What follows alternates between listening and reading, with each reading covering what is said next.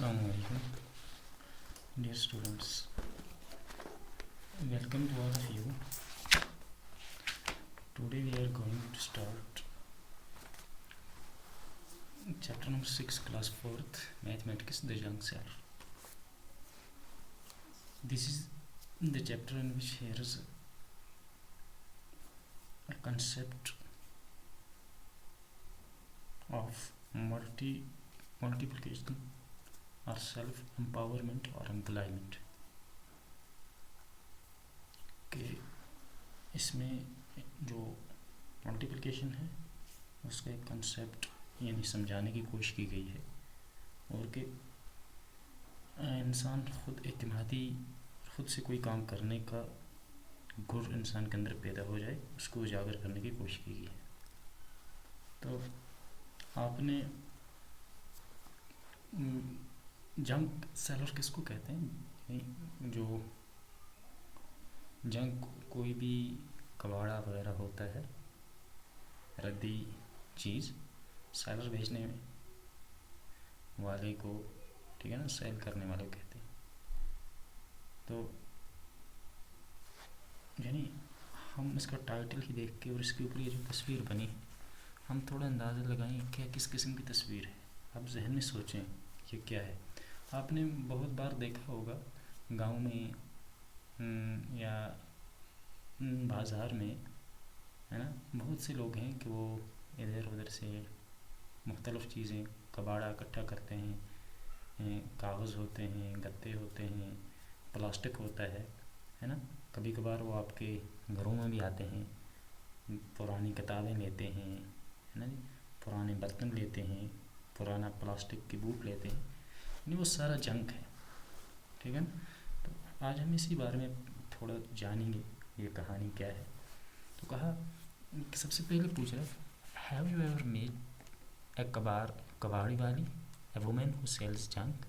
This is a true story told by Kiran who has a junk shop in Patna.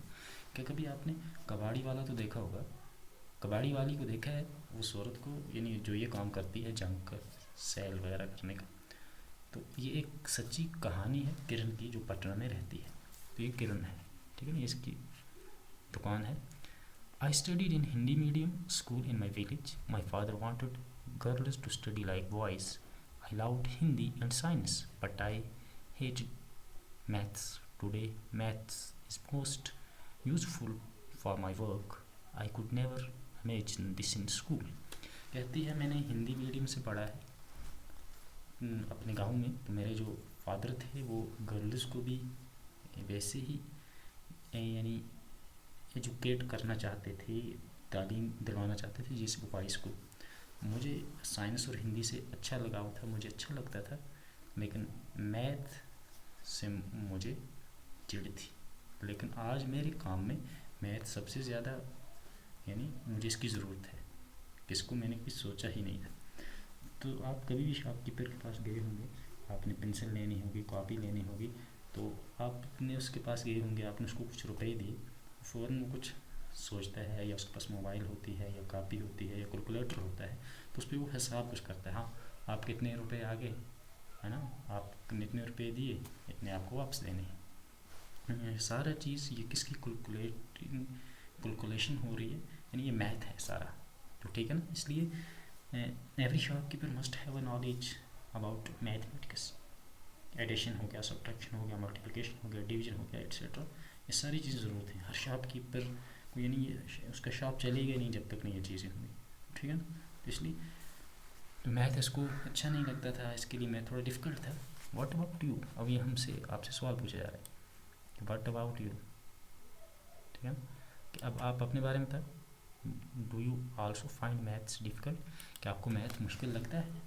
ठीक है, अगर आपको लगता है तो ठीक, अगर नहीं लगता है तो ठीक है ना। वैसे तो कोई चीज़ डिफ़िकल्ट नहीं है, हम कोशिश करेंगे तो डिफ़िकल्ट नहीं होएगी।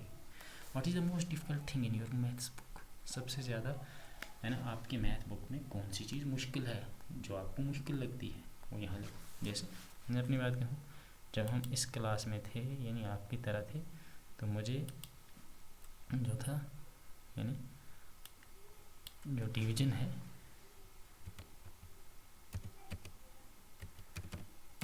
डिवीज़न मुझे यानी ये मुझे मुश्किल लगा करता था, ठीक है ना। And what do you think the easiest lesson, ठीक है ना। उस वक्त आप अपना देखना इस में कौन सा लेसन आपको मुश्किल है, ये मैं अपनी बात कर रहा हूँ, और कौन सा इजीएस्ट था। इजीएस्ट तो मुझे एडिशन, ठीक है ना। When I was young, my father died in an accident, so my mother worked as a servant in some houses. We had a difficult time. I had to leave school after class 8th. I wanted to study more, but my mother got me married. My husband's family lived in a mud house. His two brothers and his sister did not go to school. He had a tea stall. कह रही है कि जब अभी मैं young थी, जवानी की में पहुंची थी, तो मेरा फादर था, उसका एक एक्सीडेंट में इंतकाल हो गया। तो उसके बाद जो मेरी मदर थी वो बहुत से घरों में जाके काम करती थी, तो हमारे ऊपर एक मुश्किल वक्त आ गया। तो मैंने स्कूल छोड़ दिया क्लास 8th में। मैं और पढ़ना चाहती थी, लेकिन मेरी मम्मा ने मेरी शादी करवा दी। तो जो मेरे हस्बैंड की फैमिली थी वो एक मड हाउस में, कच्चे मकान में रहती थी। उसके 2 भाई थे और एक बहन, वो सब स्कूल नहीं जाते थे, ठीक है ना। तो अब आगे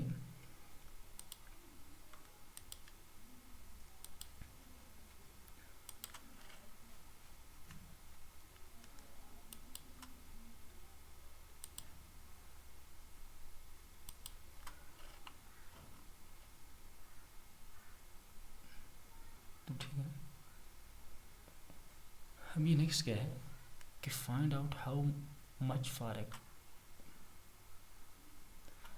cup of T, ask people and find out the cost of a cup of tea at a tea stall at a hotel, ठीक है ना।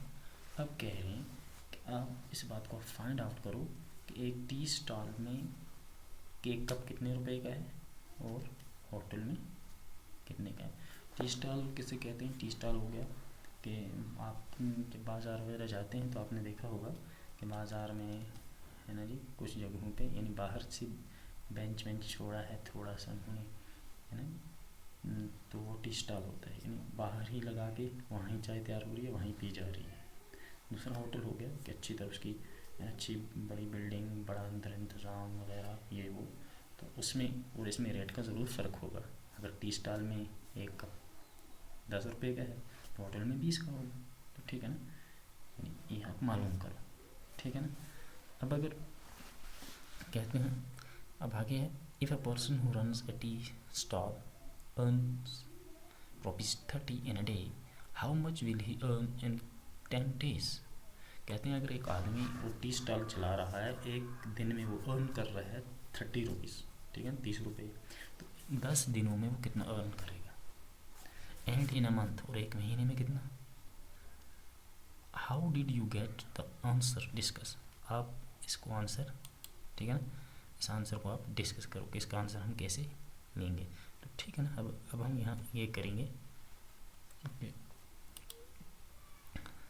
देखो हमारा जिस तरह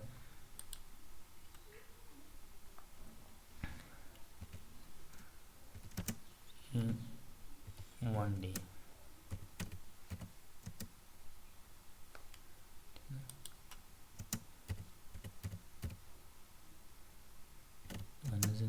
एक दिन में कितना है, एक दिन में हो गया उसके 30 रुपीज़,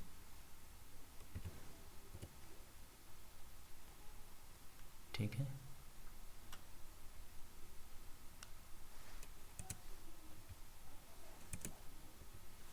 तो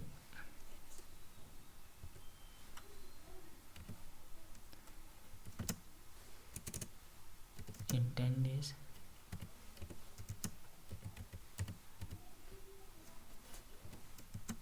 इसको 30 के साथ हम करेंगे मल्टीप्लाई, ठीक है। 10 30 10,000, 0 का 0, 1 0 0, 1 3 3, ठीक है ना, ये हो गया 300। तो इसलिए ये जो कितने हो गई ये सारा रुपीज़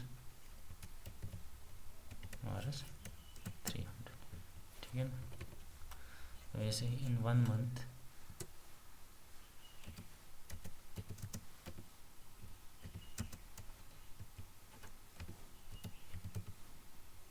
एक मंथ के कितने होते हैं इस तरह, है ना।